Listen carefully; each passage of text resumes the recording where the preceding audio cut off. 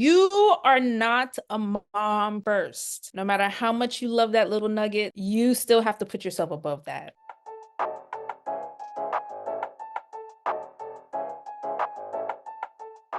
My name is Moon, and I am a baby mama. I found out I was pregnant the day after Thanksgiving in 2007. I was 18. I think I was kind of like numb. I was a college freshman at the time. I was partying hard because that was like a month after homecoming week. My baby daddy and I went to high school together. It wasn't until I got to college where we connected. It wasn't really no relationship thing. It was like a one night thing. However, I was very drunk. I did consent, but in the in between, the condom came off without my knowledge, and I found out I was pregnant. I was in a very weird space mentally and emotionally. I'm the oldest of 5. Just from like childhood trauma and stuff, I always felt like invisible. So when I found out I was pregnant, I was just like, oh, someone is going to see me and love me. I went to appointments by myself. I had the baby by myself with me and my mom and my little sister. That's why my son has my last name, and I'm the only one on his birth certificate, which I do not feel bad about. My continued school, that was a stipulation for my mom. It was hard as hell. My mom moved to Georgia, so I moved with her. Just took online classes, which were rough because I was in a new state. Postpartum kicked in a lot because it was just me and my son 24/7 in the house. And then I started working in the club as a bottle girl. I had to work throughout the night and then take classes in the morning. I left home. My son was 3. I had $124. I grew up in a very toxic home, witnessed domestic violence, and I didn't want my son in that. When I realized that the cycle was continuing in the house with my siblings, that gave me the decision where I was like, oh no, I can't keep him in this, just because I know how it messed me up, and it's something that I'm still working through. So we went back to Florida, stayed with friends, family, and then there was a moment in time where I felt like rock bottom and needed my son to stay somewhere, and I went to his father, and he was basically a dead end. I asked his father for money, and his father took out like a wad of money. He gave me $30 and told me to go get a job. So I kind of had to like suck my pride up and send my son back to Atlanta to my mom, and I just grinded it out. Got into bartending, worked at Macy's. I did hair, I sold weave, did nails, did photography, videography. After one and stuff, he started coming around. It was like popcorn dad. He would send money, but it wouldn't be like anything that could really help me. You start hearing people saying, well, your baby's a bastard. You know how the world is with baby mamas, especially single black mamas. So I was like, okay, well, let's try, because he was still hitting on me, still flirting, stuff like that. But I'm young, dumb, and 19, just had a baby. So I'm like, oh, this is how it's supposed to be. And we tried or whatever. And then I found out that he was actually living with someone already, a whole girlfriend, who was coming for me on Twitter. And I'm like, absolutely not. This is just too much. If I didn't call him, he didn't call to check up on him. If I didn't ask for money, he wouldn't offer it. So it was just always like pulling teeth or some kind of excuse. He had more kids. I think right now he's probably on like kid 9 or 10. So hi, I am a baby mama, and I'm part of a baby mama cohort. I was hitting him up in 2020 after I moved from New York home, and like I've been hitting him up. He didn't call me. Me and my mom went out for tacos, and I saw him at the taco place with his homeboy shooting the shit. I always swore that I would never be this type of baby mama, but I saw red. My mom didn't even stop the car. I got out the car rolling, and I cussed him out because I'm like, I've been calling you. You don't know how your son is living, but you out here just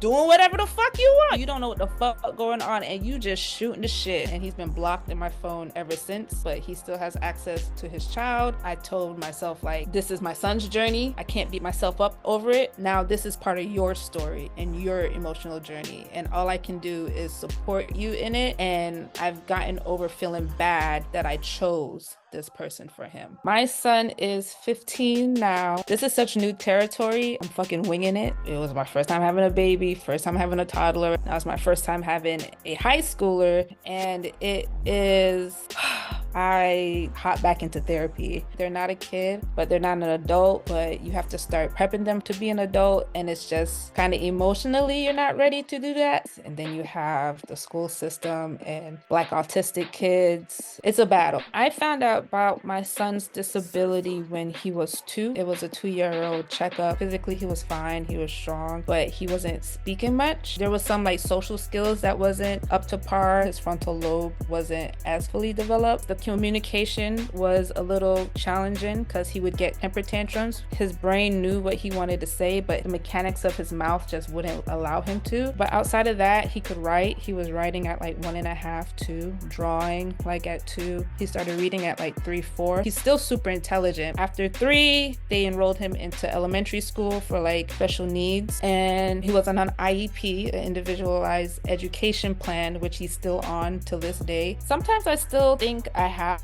postpartum, which is crazy to say because my child is like 15. Sometimes there's no maternal connection, especially when like you're tired and burnt out. Like, yes, I love my child, but sometimes he pisses me off. Yes, he has his quirks, you know, he's neurodivergent, but that doesn't take away accountability of choices and stuff like that. Or when he lies and he knows that's not the right thing to do. Sometimes I just don't feel like fucking with him. When you have so much going on, you have to worry about keeping the lights on, worry about groceries, worry about who's gonna pick him up from school or who's gonna take him to these expensive ass art classes just for the child to still be a child and like not wash dishes and lie and not, you know, keep up his end of the bargain when it comes to school and stuff like that. And like I be feeling like I don't want to fuck with you, and I feel guilty about it. Hence why I'm back in therapy, because I was validated that it's okay to feel that way about it, because I think I'm so like hyper focused on not being a parent that I had. I am a filmmaker. Some of my work is my web series Juju, which is about 3 best friends in Brooklyn who find out they're witches. Projects like Robin Hood with Gail Bean from Snowfall, which is on Revolt TV, and my horror series, which is on Black Oak TV. I just did my proof of concept for my feature called Skettel, which is the story of me and my son in Atlanta. Right now I'm 34, and now that 35 is approaching, I'm like, oh wow, I'm set in my career. I have a wonderful life partner that is active in my son's life. He doesn't just tolerate my son, but steps in when I can. Sometimes I feel bad for following my dreams as a filmmaker because I feel like I'm not as present, or I should be even more present, but I'm working through it and learning to use my village more